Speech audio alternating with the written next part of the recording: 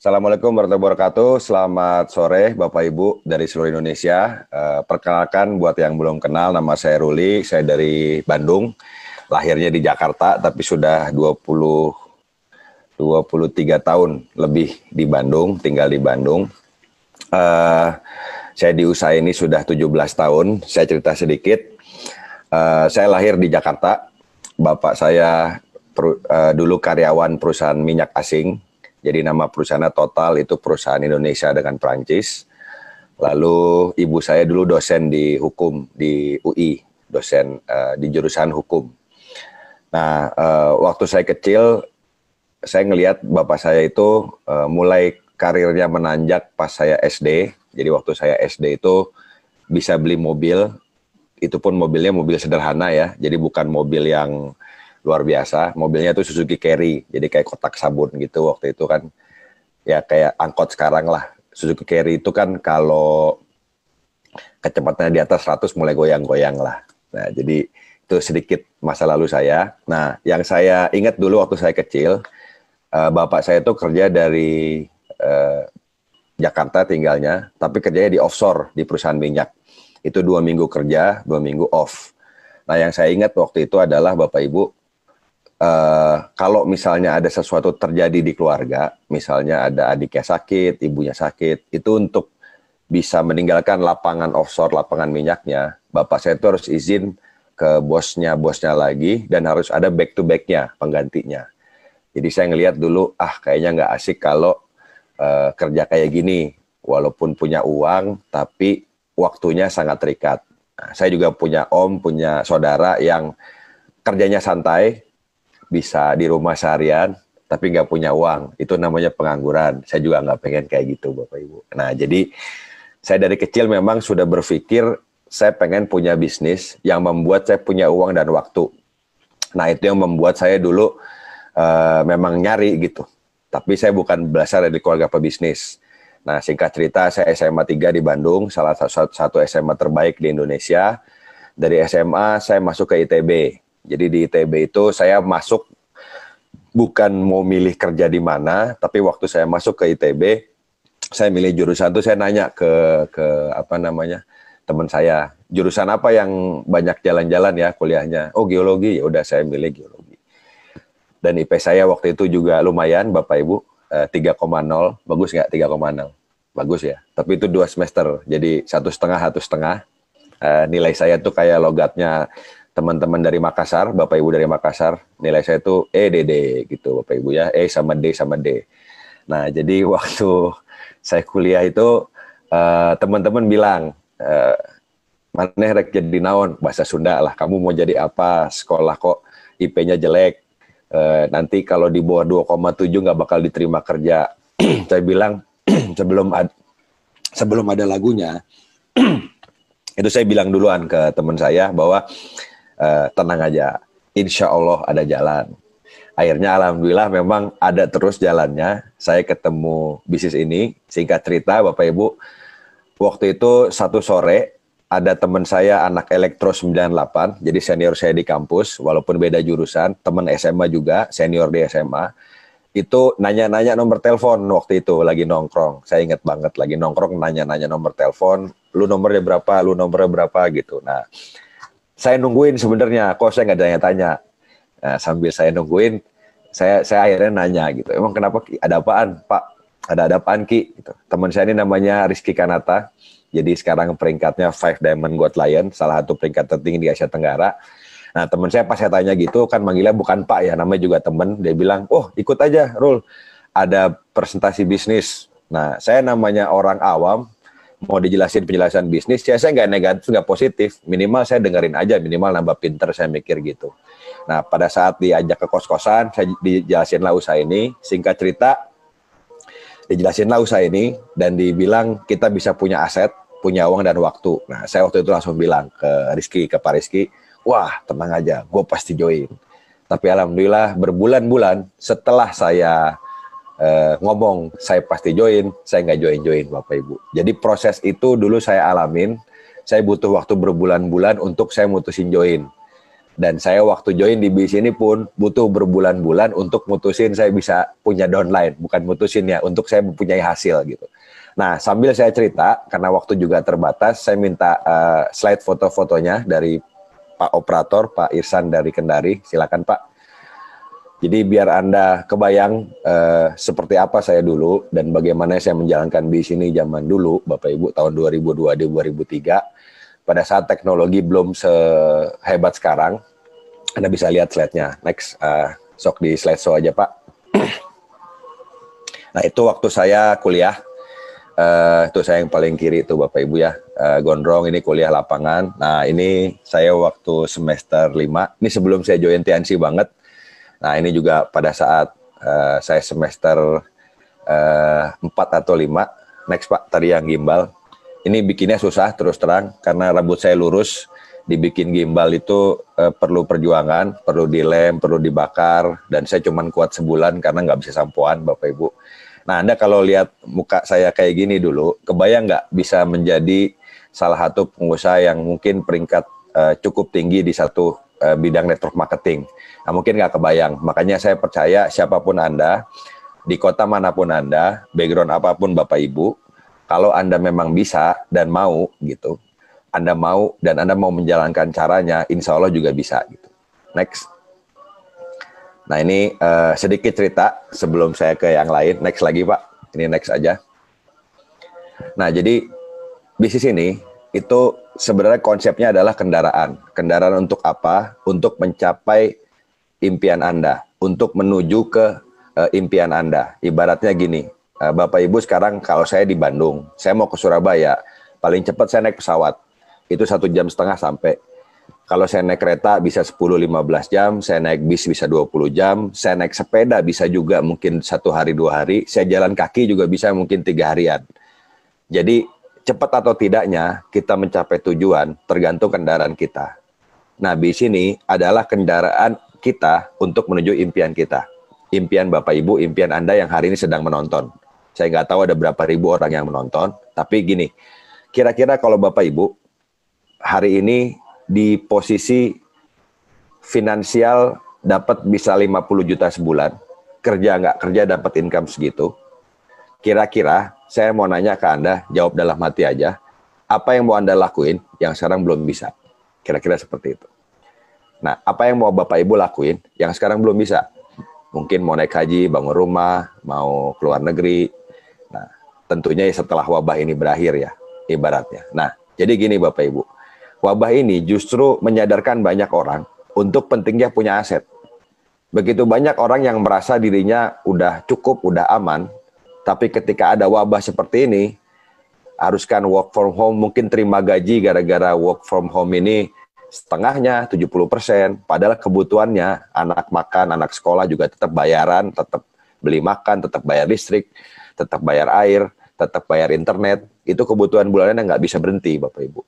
Nah, mungkin sebagian dari Anda baru mulai berpikir, oh iya, enak juga kalau saya punya aset ya. Makanya ada satu konsep dulu gini, jangan taruh telur di satu keranjang. Kalau keranjangnya jatuh, telurnya pecah semua. Makanya rekomendasi saya, Anda bisa bangun bisnis ini di sela waktu work from home ini, di waktu luang Bapak Ibu, di waktu luang. Oke? Nah, ini sedikit saya kasih gambaran ke Anda. Yang mau saya lihatin ini fakta. Bapak Ibu, mesti bisa bedakan antara fakta dengan pendapat. Kalau saya bilang misalnya Sorowako jauh, tadi ada ibu yang berbicara dari Sorowako, itu fakta atau pendapat? Nah itu adalah pendapat, karena buat yang di Papua Sorowako dekat, buat yang dari Bandung ya Sorowako jauh. Tapi kalau saya bilang misalnya Tiansi bagi reward mobil mewah, fakta atau pendapat? Fakta. Terus kalau saya bilang lagi Tiansi membagi motor jalan-jalan ke luar negeri tip gratis sudah ratusan ribuan bahkan puluhan ribu buat seluruh dunia, itu fakta. Tiansi omsetnya triliun setiap bulan, itu fakta. Dan banyak orang menjadi miliarder gara-gara bisnis Tiansi, itu fakta juga Bapak Ibu. Tapi kalau ada yang bilang Tiansi susah, nah itu pendapat. Jualan produk Tiansi susah, itu pendapat juga. Jadi tergantung dari sisi mana Anda melihatnya Bapak Ibu. Kalau kita bilang susah atau gampang, ya tergantung sama yang menjalankan. Ibaratnya gini, saya mau nanya bikin pecel, saya nanya ke tukang pecel. Kalau saya nanya gimana bikin pecel ke atlet bola, ke atlet balet, ya dia bilang susah, bukan salah atletnya. Yang salah saya, nanyanya ke orang yang salah. Kira-kira seperti itu Bapak Ibu. Nah hari ini, saya mau cerita, saya udah 17 tahun di sini. Dulu saya mulai dari background teknik geologi. Sekedar info, di geologi itu mata kuliah saya vulkanologi, meteorologi, batuan sedimen, batuan beku. Nggak ada tentang marketing, nggak ada tentang kesehatan. Jadi waktu saya ditawarkan usaha ini, terus terang saya buta banget soal bisnis. Yang saya punya hanya semangat untuk saya bisa menjalankan bisnis ini, bisa berhasil dan bisa mewujudkan satu demi satu impian saya. Nah, setelah saya waktu itu 1,5 tahun saya bintang 8, bisa penghasilan puluhan juta. Saya dapat reward Mercy C230 Sport itu sebelum saya sidang. Terus saya menjadi God Lion sebelum umur 30, saya bisa dapat income waktu itu di atas 100 juta sebelum umur saya 30 tahun per bulan ya waktu itu. Dan dulu waktu saya mulai, secara finansial saya cuma pengen punya bonus 1 juta sampai 3 juta sebulan untuk main mahasiswa lah buat nongkrong. Tapi sekarang dari bisnis ini alhamdulillah di kondisi corona pun masih kejaga, saya bisa dapat antara 10 sampai 15 jutaan Bapak Ibu per hari. Alhamdulillah gitu ya. Ini saya ceritain bukan mau pamer-pameran, cuma mau memperlihatkan potensi bisnis ini kalau Anda jalankan. Nah, ini fakta yang sudah terjadi. Nah, soal masuk akal nggak masuk akal, itu sebenarnya kalau memang sudah terjadi, ya pasti masuk akal. Contoh gini lah, 100 tahun lalu, kalau Anda nanya sama orang, berkomunikasi pakai apa? Pakai merpati pos. Orang ngirim, taruh merpatinya, ditaruh pesan, dikirim 2 hari baru sampai, burung merpati. Nah, kalau Anda bilang dulu 100 tahun lalu, ngapain pakai merpati pos? Ini ada namanya smartphone, namanya Android, namanya iPhone, dikirim sekarang langsung nyampe. Buat orang dulu masuk akal nggak kira-kira? Nggak masuk. Kenapa? Karena buat mereka waktu itu ya nggak ada cara ngirim pesan selain pakai merpati pos. Nah, buat sekarang kita punya benda namanya ini, Samsung, ada yang punya Note 8, Note 9, Note 10, iPhone berapa, saya nggak tahu udah berapa. Sekali dikirim langsung sampai. Nah, kalau buat orang sekarang ini masuk akal nggak? Masuk akal. Nah, sekarang saya kasih gambaran ke Anda. Mungkin 50 tahun, 100 tahun lagi, ada WhatsApp yang dikirim sekarang, sampainya kemarin. Saya ulangin ya, mungkin 50 tahun lagi, ada WhatsApp yang dikirim sekarang, nyampainya kemarin. Bingung kan? Nah, jadi balik lagi, pikiran kita ini sebenarnya dibatasin sama kita sendiri. Nah, makanya saya percaya dari bis ini, kalau Anda tidak membatasi pikiran Bapak Ibu, insya Allah Anda bisa memperoleh hasil-hasil yang kita peroleh juga. Nah, ini saya di Cape of Good Hope, agak cepat aja Pak. Cape of Good Hope itu Tanjung Harapan di South Africa. Ini di Gunung Fuji, di Jepang, itu atasnya salju. Saya ke Jepang udah sekitar 5 kali, ke South Africa 2 kali, terus ini di Louvre. Louvre itu adalah ada lukisan Mona Lisa di pinggirannya Paris, Bapak Ibu ya. Next. Nah, ini di Louvre sama Pak Jamal tadi yang impact jadi diamond. Next. Terus ini di Liberty, di Manhattan, di Rhode Island, di New York, Bapak Ibu ya. Next. Ini di Grand Canyon. Next. Ini di Yosemite National Park. Jadi saya alhamdulillah dari bis ini, sambil jalan aja Pak, ini San Francisco, itu sudah ke mungkin 250 kota besar di seluruh dunia, di 5 benua. Nah, alhamdulillah saya juga suka berhobi berpetualangan di alam. Ini saya diving. Ini kalau nggak salah di Kendari nih, di tempatnya Pak Irsan tadi yang jadi operator. Di Kendari ini, saya udah diving di Kendari, udah di Papua, udah di Aceh, udah. Nah, ini waktu itu di Gunung Everest. Ini ada cerita lucu Bapak Ibu di sini. Saya ngerasain Bapak Ibu cebok pakai es batu. Karena kita nginep di sini waktu itu di ketinggian 4.000 meter, suhunya minus 15, dan malam-malam saya harus cebok itu pakai gayung, pas begini es batu. Wah, luar biasa. Ini salah satu kenangan saya di Everest. Next. Ini di Mount Kinabalu di Malaysia. Next. Ini di Turki. Next lagi Pak. Saya cuma mau ngeliatin next aja. Terus ini saya nembak sama Kopassus, salah satu hobi juga. Ini villa di Lembang.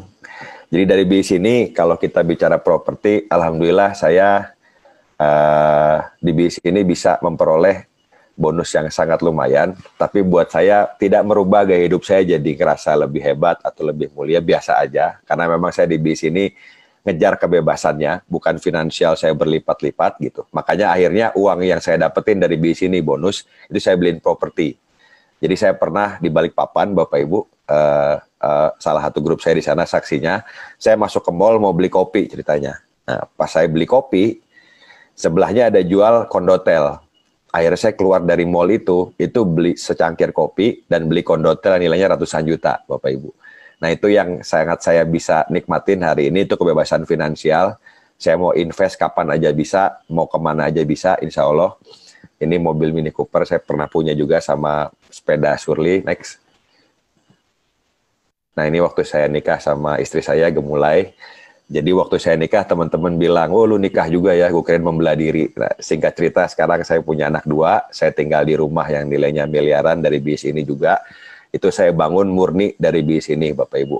Waktu saya ngebangun, itu rekor gaji tukang saya untuk menggaji tukang, itu bisa 40 juta seminggu Bapak Ibu. 30-40 juta seminggu untuk hanya gaji tukang. Nah jadi balik lagi, hari ini, ditutup aja Pak slide-nya. Hari ini saya mau berbicara kepada Anda di rumah yang mungkin lagi pertama kali nonton pertemuan hari ini, pertama kali nonton webinar hari ini, OP Online hari ini. Buat Bapak Ibu, intinya gini, saya percaya daun yang jatuh di dunia ini itu tidak kebetulan. Sama juga kita kena wabah, mungkin ada sebagian yang kehilangan pekerjaan, sebagian yang bisnisnya menurun, itu tidak ada yang kebetulan. Dan kita tidak akan dikasih cobaan atau masalah melebihi kemampuan kita untuk mengatasinya. Nah, saya percaya bisnis ini bisnis yang luar biasa potensinya. Karena zaman sekarang kalau Anda pahami, semua orang yang tadinya jorok jadi bersih. Cuci tangan terus, termasuk saya. Orang-orang yang dulu nggak peduli kesehatan, tiba-tiba nyari suplemen, nyari vitamin. Nah, makanya hari ini buat Bapak Ibu, ini jadi peluang buat Anda untuk mulai mengembangkan bisnis Anda, mulai buka keranjang kedua, ketiga Anda di luar pekerjaan utama, tanpa ganggu pekerjaan utama Bapak Ibu, tanpa ganggu pekerjaan yang utama. Tinggal Anda jalankan, Anda tanyakan pada pengundang Anda, minta hak follow up Anda, karena bisnis ini potensinya besar sekali. Kita bergerak di bidang kesehatan, kita bergerak di bidang jaringan. Yang saya tadi liatin itu hanya sedikit potensi dari apa yang bisa Anda dapatkan dari bisnis ini. Dan sekali lagi, saya memperlihatkan itu, bukan mau pamer-pameran, saya hanya memberikan gambaran potensi masa depan kalau Anda menjalankan bisnis ini dengan sistem yang memang sudah jalan, sudah terbukti, yaitu One Vision. Oke, terakhir dari saya Bapak Ibu, ketika Anda mulai jalankan bisnis ini, Anda ngundang orang, mungkin akan ada orang-orang yang meremehkan dan bilang Anda nggak bisa. Nah, salah satu quote saya yang sering saya ulang adalah, one of the greatest pleasure in life is doing what other people say you cannot do. Artinya dilarang merokok. Oh enggak, Bapak Ibu ya. Artinya gini, salah satu kenikmatan terbesar dalam hidup kita adalah ketika kita bisa melakukan apa yang orang lain bilang kita nggak bisa. Jadi ketika Anda mulai bisnis ini, mungkin akan ada orang yang remehin Anda, bilang kita nggak bisa, kita ini, kita itu. Salah satu kenikmatan adalah ketika kita bisa membuktikan di lapangan bahwa kita bisa berhasil. Saya aja yang background-nya anak gondrong, anak gimbal, nggak ngerti bisnis, dari anak teknik, saya bisa berjalan di bisnis ini, bisa menjadi leader yang besar bisnisnya, dan saya percaya kalau saya bisa, insya Allah Bapak Ibu juga bisa. Terakhir lagi, ada 5 ekor burung di atas dahan hinggap. Dari 5 itu, 3 memutuskan buat terbang. Pertanyaan saya, berapa sisanya? Ya, ternyata dari 5 itu, 3 memutuskan buat terbang, sisanya di dahan, masih 5. Karena yang 3 masih memutuskan, belum action. Jadi buat Bapak Ibu, selamat mengambil keputusan, selamat action, minta hak follow up Anda. Produk yang Anda beli bisa buat jaga kesehatan Anda sekeluarga. Selamat sore, Assalamualaikum warahmatullahi wabarakatuh. Saya Ruli Wahyu dari Bandung, semoga kita semua sehat. Semoga Anda juga semua bisa mendapat rezeki yang lebih ke depannya. Assalamualaikum warahmatullahi wabarakatuh.